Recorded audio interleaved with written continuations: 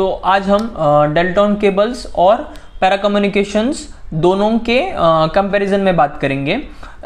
Dalton cables का मैंने अलग से एक वीडियो बनाया है, लेकिन आपको समझ में आना चाहिए दोनों का जो सेम इंडस्ट्री से बिलोंग करते हैं, तो उनका कंपैरिजन मैं करने वाला हूँ। ठीक है, अब जो दोनों के दोनों केबल्स का मैन्युफैक्चरिंग करते हैं, ठीक है, दोनों का प्रेजेंस एक डेल्टॉन केबल्स का इंडिया में प्रेजेंस है और उसके साथ साथ उनका एक्सपोर्ट का भी बिजनेस है, लेकिन ये 2 to 5% है, ये अप्रॉक्सीमेटली मैं बोल रहा हूँ, लेकिन ये कम कंट्रीब्यूशन है रेवेन्यू में।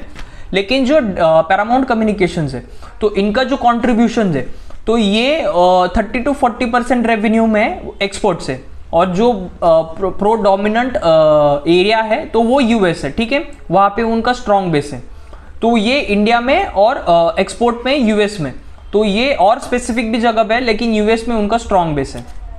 ठीक है, अब प्रोडक्ट वाइज उनके बात करेंगे कि उनका प्रोडक्ट कौन सा सेल होता है, और डेल्टॉन्स केबल और पैरा कम्युनिकेशंस का।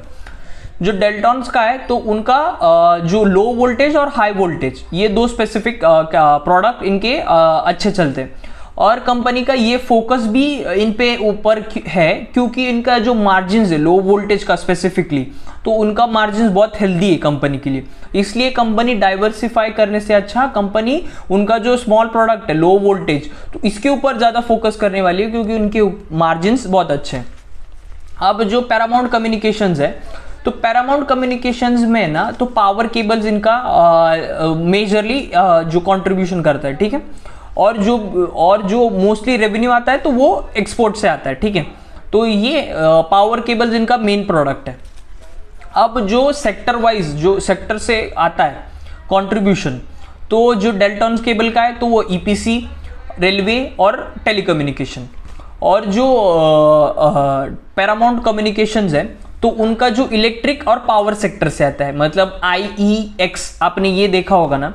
तो कैसा है, मैं जो पावर केबल्स है तो उसके बारे में डिस्कस करता हूँ, लो वोल्टेज के बारे में भी डिस्कस करेंगे।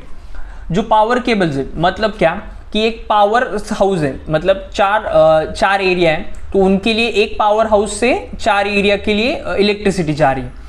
तो जो पावर हाउस से जो नॉर्मल 4 एरिया में जो इलेक्ट्रिसिटी जा रही है तो उसका जो सप्लाई है तो उसके लिए जो वायर्स लगता है या उसके ऊपर जो कोटिंग लगता है तो ये पावर केबल्स होते हैं। ठीक है, इनसाइड जो रहते हैं तो वो ये जो बड़े ट्रांसफार्मर से छोटे ट्रांसफार्मर तो इलेक्ट्रिसिटी सप्लाई होता है ना, तो उसे पावर केबल्स कहते हैं। और जो लो वोल्टेज जो डेल्टॉन्स प्रोड्यूस करता है तो ये अंडरग्राउंड होते हैं, मतलब रेलवेज के जो अंडरग्राउंड है तो वहाँ पे होते हैं, तो ये देखना इम्पॉसिबल है आपके लिए या हमारे लिए, और इसका भी सेम है। ठीक है, अब जो उनका जो रिजल्ट है तो उसके बारे में डिस्कस करेंगे। जो नहीं उससे पहले क्लाइंट बेस डिस्कस कर लेते हैं कि उनका जो दोनों का क्लाइंट बेस है ना, तो ये ओवरऑल स्ट्रॉन्ग ही है क्योंकि इनके पास आधा नहीं है तो इनके पास भी आधा नहीं है, मतलब डेल्टॉन्स इधर और ये पैरा कम्युनिकेशंस है, तो इनके पास आधा नहीं है तो इनके पास भी आधा नहीं है। हनीवेल, इसके बाद L&T, फिर इनके पास सीमेंस है, तो इनके पास मतलब बड़े ब्रांड्स है, दोनों के जो ब्रांड्स है तो वो पावरफुल है। ठीक है, अब इनके रिजल्ट्स के बारे में डिस्कस करेंगे। जो मैं कंपैरिजन बता रहा हूं तो ये YOY बेसिस का कंपैरिजन बता रहा हूं। ठीक है, तो जो डेल्टॉन्स केबल है तो उनका जो सेल्स है तो 105% से ग्रो हुआ है, और जो पैरामाउंट कम्युनिकेशंस है तो ये 55% से ग्रो हुआ है। ठीक है, तो इसमें डेल्टॉन्स केबल जीत गया क्योंकि इनका सेल्स डबल हो गया। ठीक है, ये ध्यान में रखना कि ये माइक्रो कैप कंपनी है और ये स्मॉल कैप कंपनी, तो ये तो डिफरेंस रहेगा, लेकिन हमको बस क्या देखना है कि ग्रो कौन से फास्टर पेस से हो रही है। ठीक है, अब बेस से क्या फर्क पड़ता है, अगर दोनों का बेस एक का छोटा है एक का बड़ा है, लेकिन ग्रो दोनों जो सेल्स का नंबर है, ठीक है, वो of course micro cap company grow करेगी ज्यादा। ऐसा जरूरी नहीं कि माइक्रो कैप ही कर सकते हैं, ये स्मॉल कैप भी कर सकते हैं, अभी डिपेंड रहता है ना कि ग्रोथ किस पे। तो सेल्स इनका डेल्टॉन्स का 105 है और जो पैरामाउंट कम्युनिकेशंस का है वो 55% है। जो ऑपरेटिंग मार्जिन है डेल्टॉन केबल्स का तो ये 6.66% है, जो ओवरऑल फ्लक्चुएट होते रहता है। मतलब क्या कि कभी 7 तो अभी 6.6, तो आगे जाके 8, तो लेकिन 6 to 8 के बीच में है ना ये कंपनी ऑपरेशनल मार्जिन है। लेकिन अगर आप पैरामाउंट कम्युनिकेशंस का ऑपरेशनल मार्जिन देखोगे ना तो ये 8% ये मेंटेन कर रही है 4 क्वार्टर से, क्वार्टर ऑन क्वार्टर की बात कर रहा हूँ, ठीक है। लेकिन ओवरऑल कंपनी के जो मार्जिन है तो ये स्टेबल है, ठीक है। अब जो पैट के बारे में बात करेंगे, इसका पैट डबल हो गया है वाई पे, लेकिन क्वार्टर ऑन क्वार्टर अगर पिछला क्वार्टर देखोगे तो ये 52% डिग्रो हुआ है। पिछले क्वार्टर में 6.66 किया था, इस बार 3.33 अप्रोक्सीमेटली मैं बोल रहा हूँ, लेकिन 52% से डिग्रो हुआ है। अब ये डिग्रो क्यों हुआ है, आप अगर ध्यान से देखोगे ना तो इन्होंने ना हाईएस्ट एवर इंटरेस्ट पे किया है, ठीक है, और हाईएस्ट एवर टैक्स पे किया है। जो टैक्स इन्होंने पे किया है ये इनके जो बुक है तो इनके बुक में हाईएस्ट एवर है 27.88%, मतलब आप 28% ही पकड़ लो, तो ये हाईएस्ट एवर टैक्स है। तो इसलिए अगर आप नेट प्रॉफिट देख रहे हो ना कंपनी का, ये 52% से डिग्रो हुआ है, ठीक है। लेकिन ओवरऑल अगर आप कंपनी का बिफोर टैक्स देखोगे ना तो ये 2x से ही ग्रो हुआ है, ठीक है। और इसका पैट भी अच्छा ही ग्रो हुआ है, जो वाई का जो बोल रहा हूं मैं, तो ये भी इसका जो नंबर है तो ये 74% से ग्रो हुआ है। लेकिन इसका जो क्वार्टर ऑन क्वार्टर जो पैट है कंपनी का, जो नेट प्रॉफिट है, तो ये फ्लैट ही है, ठीक है। लेकिन अगर आप इनका जो वाई पे देखोगे तो ये ग्रो हुआ है। तो इससे क्या समझ में आया कि अगर आप डेल्टॉन्स केबल ले रहे हो तो आप हाई पेस ऑफ ग्रोथ को चेस कर रहे हो। अगर आप पैरामाउंट कम्युनिकेशंस को देख रहे हो तो ये फाइनेंशियली स्टेबल कंपनी है जिसके मार्जिन्स अच्छे, पैट का ग्रोथ अच्छा हो रहा है, ठीक है। तो आप ये चूज कर लो। मुझे तो ओवरऑल डेल्टॉन केबल्स ही अच्छा लगा क्योंकि मुझे हाई पेस ऑफ ग्रोथ अच्छा लगता है। इसका भी है लेकिन कंपैरिजन अगर करेंगे तो डेल्टॉन केबल का अच्छा है।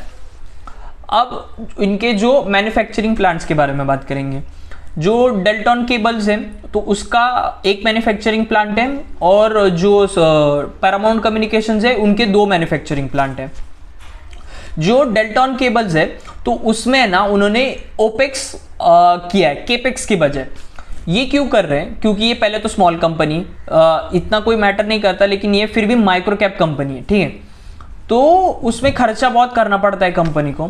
तो ओपेक्स में क्या रहता है कि कंपनी आगे लीज पे लेती है। केपेक्स में कैसा करना पड़ता है कि आगे जाओगे, आप लैंड खरीदोगे, उसके ऊपर फैक्ट्री डालोगे, फिर मशीन्स लाओगे, तो ये केपेक्स में होता है। लेकिन ओपेक्स में क्या होता है कि ओपेक्स में आप लैंड पहले से रहता है, उसके ऊपर एक फैक्ट्री पहले से रहता है, लेकिन उसके अंदर जो मशीन्स रहते हैं तो ये कंपनी डेवलप करती है, लेकिन बाहर से लेके आना तो वो कंपनी खर्चा करती है। इसलिए क्या हो रहा है कि कॉस्ट बहुत सेव हो रहा है। केपेक्स में अगर 1000 करोड़ स्पेंड हो रहा था, जो ओपेक्स में है ना, तो इनका जो स्पेंडिंग है तो ये 500 करोड़ का ही होगा। तो मतलब जो मार्जिन बचता है तो ये कंपनी ओवरऑल री इन्वेस्ट कर सकती है। तो ये एक बेनिफिट हो गया जो आपको, जो माइक्रो कैप कंपनी है, मतलब ये स्ट्रैटेजी से मूव कर रहे हैं, तो ये बहुत अच्छा बेनिफिट है। जो पैरामाउंट कम्युनिकेशंस का है तो इनका जो मुझे केपेक्स का कुछ दिखा नहीं, लेकिन मुझे एक डिफरेंस दिखा था। अगर आपका जो ग्रोथ ट्रेजेक्टरी मतलब आपको दिख रहा है कि आगे जाके, जो मैनेजमेंट का कहना था डेल्टॉन्स केबल का, कि उनका 10 साल का आगे का प्लान बहुत अच्छे से उनको विजन दिख रहा है, ठीक है। लेकिन ऐसा मुझे जो पैरामाउंट कम्युनिकेशंस है तो उनका जो पीपीटी मैंने पढ़ा तो इतना मुझे डिटेल नहीं लगा, और ये ओवरऑल नंबर्स थे ना तो ये मुझे नहीं दिखे, ठीक है। ये याद रखना कि ये कंपनियां B2B मोस्टली और B2C भी करते हैं, ठीक है। और जो एक और दोनों ने कहा कि जो 2030 तक जो मार्केट शेयर है अनऑर्गेनाइज प्लेयर का वो 80% रहेगा और 20% अनऑर्गेनाइज प्लेयर, ऑर्गेनाइज प्लेयर का 80% और अनऑर्गेनाइज का 20%, ठीक है। तो ग्रोथ में तो कोई कुछ इशू नहीं है। ये सेगमेंट ब्रांड मार्केट मतलब ऑर्गेनाइज प्लेयर से ही डोमिनेटेड है। अब इनके जो डेट टू इक्विटी रेशियो है, ये जो डेल्टॉन केबल है तो ये माइक्रो कैप कंपनी, इनका जो ओवरऑल कर्जा रहता है वो हाई रहता है क्योंकि इनको वर्किंग कैपिटल जो रहता है तो ये कॉन्स्टेंटली लगता है, तो इसकी वजह से है ना इनको लोन उठाना पड़ता है, ठीक है। तो इसकी वजह से इसका जो डेल्टॉन केबल्स का डेट टू इक्विटी रेशियो है ना तो 1.79 है। और जो पैरामाउंट कम्युनिकेशंस का है तो वो 0.17 है। मतलब अगर आप डेट टू इक्विटी रेशियो देखोगे तो पैरामाउंट कम्युनिकेशंस का कम है, इसका हाई। अब जो उनके जो ROCE और ROE के नंबर्स के बारे में बात करेंगे। जो डेल्टन केबल्स है तो डेल्टन केबल का ROEC का नंबर 16% है और ROE का नंबर 20% है। और जो पैरामाउंट कम्युनिकेशंस है तो इनका जो ROCE का नंबर है तो वो 18% है और ROE का नंबर 14% है। तो ओवरऑल दोनों के नंबर्स अच्छे हैं, ठीक है। मैंने क्या बताया कि जो ROE और ROCE का जो नंबर है, अगर अपवर्ड डायरेक्शन में ना, नंबर्स मैटर नहीं कर रहे, अगर आप उनका जो डायरेक्शन है अपवर्ड है ना, तो ग्रोथ में ना, तो वो बहुत बेनिफिट करता है अपना जो इन्वेस्टर्स को है, ठीक है, आपको या मुझे, जो भी इन्वेस्टर है तो उसको हेल्प बेनिफिट करता है। अगर आपको कुछ समझ में नहीं आ रहा ना, तो बस ये देखो कि ROE और ROCE ये नंबर आगे अपसाइड में ना तो ग्रोथ ही हो रहा है कंपनी का, अगर आपको कुछ मैट्रिक्स समझ में नहीं आ रहे तो। लेकिन इसमें ना जो मुझे ROE का नंबर है तो वो ओवरऑल जो कंपनी का था डेल्टन केबल्स का, तो वो मुझे अच्छा लगा। अब जो वर्किंग कैपिटल है तो ROE अपना जो वर्किंग कैपिटल जो डेल्टन केबल्स का है तो वो 130 आ गया है और जो पैरामाउंट कम्युनिकेशंस का है वो 155 है, ठीक है, डेज की बात कर रहा हूं मैं। ये कंपनी 130 मेंटेन करने वाली है जो डेल्टन केबल का है, और इनका जो मुझे गाइडेंस तो कभी दिखा नहीं। लेकिन मुझे ये कहना था कि जो वर्किंग कैपिटल का जो उन्होंने कहा कि ये ओवरऑल ग्राफ नीचे ही आया है, ये सबसे अच्छा चीज लगा। ये इनका जो पैरामाउंट कम्युनिकेशंस है तो इनका ग्राफ फ्लक्चुएट होते जा रहा है, मतलब पहले कम हो रहा था, ये अभी बढ़ रहा है, ठीक है। डेट टू इक्विटी कम है, लेकिन इनका जो वर्किंग कैपिटल का जो बोल रहा हूं या कैश कन्वर्जन साइकिल, ये दोनों की बात कर रहा हूं, ठीक है मैं। तो ओवरऑल जो दोनों के अगर नंबर देखोगे ना, डेल्टन केबल के मुझे वर्किंग कैपिटल और जो कैश कन्वर्जन साइकिल है तो ये अच्छे लगे, क्योंकि ये नीचे आ रहे थे, ये कम थे। जो पैरामाउंट कम्युनिकेशंस के वर्किंग कैपिटल और जो है ना तो वो ज्यादा थे। अब ओवरऑल अगर कंपैरिजन देखोगे तो जो अगर आपको ग्रोथ चाहिए तो आप डेल्टन केबल के साथ जाओ, अगर आपको स्टेबिलिटी चाहिए तो आप पैरामाउंट कम्युनिकेशंस के साथ जाओ। और जो पैरामाउंट कम्युनिकेशंस है तो उन्होंने एक पाइप कंपनी का एक्विजिशन किया है, तो वो 20 करोड़ का है। उसके साथ जो उन्होंने ना ARC एसेट कंस्ट्रक्शन कंपनी, जो ये रहता है ना, तो उसका जो पूरा लोन फिल कर दिया है। मतलब क्या कि ना जो पैरामाउंट कम्युनिकेशंस है तो उन्होंने पहले बैंक से लोन लिया, ये लोन रीपे नहीं कर सके, इसलिए इन्होंने उनका जो लोन है वो नॉन परफॉर्मिंग एसेट के बैंक के जो NPA में उसमें चला गया। तो ये कंपनी रहती है तो ये उनसे वो खरीदते, मतलब अगर उनका 1 लाख अगर पैरामाउंट कम्युनिकेशंस का पेंडिंग है तो वो 80,000 में उनसे खरीदते हैं और जो 20,000 रहता है तो ये इनका प्रॉफिट रहता है। तो ये जब पैरामाउंट कम्युनिकेशन से वसूल करते हैं तो ये मशीन्स बेचते हैं या जो भी उनको फाइनेंस वो रिकवर कर सकते हैं तो वो ट्राई करते हैं, जिस भी टाइप से अगर उनको मिलना चाहिए तो वो रिकवर करते हैं। तो ये पैरामाउंट कम्युनिकेशंस ने पूरा का पूरा अमाउंट रीपे कर दिया।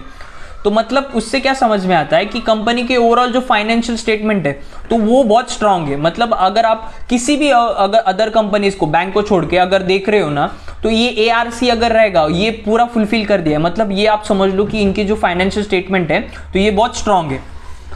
तो ओवरऑल तो ये अगर आप मैंने वैसे फिर से बता रहा हूँ कि अगर आपको स्टेबल कंपनी चाहिए तो आप पैरामाउंट कम्युनिकेशंस के साथ जाओ। ये Q1 के हिसाब से बोल रहा हूँ मैं, ठीक है, लॉन्ग टर्म के हिसाब से नहीं, ये Q1 के हिसाब से बोल रहा हूँ। अगर आपको ग्रोथ के हिसाब से जाना है तो आप जो डेल्टन केबल्स के उसके साथ जाओ। ओवरऑल तो दोनों में से मुझे डेल्टन केबल ही पसंद आया क्योंकि इनका पेस ऑफ ग्रोथ अच्छा है। तो बाकी सब तो अब मैंने कवर कर लिया है। अब अगर इनका कॉन कॉल का ट्रांसक्रिप्ट आता है तो वो देखेंगे। तो अगर आपको कुछ डाउट होगा तो आप कमेंट डाउन कीजिए। Thank you.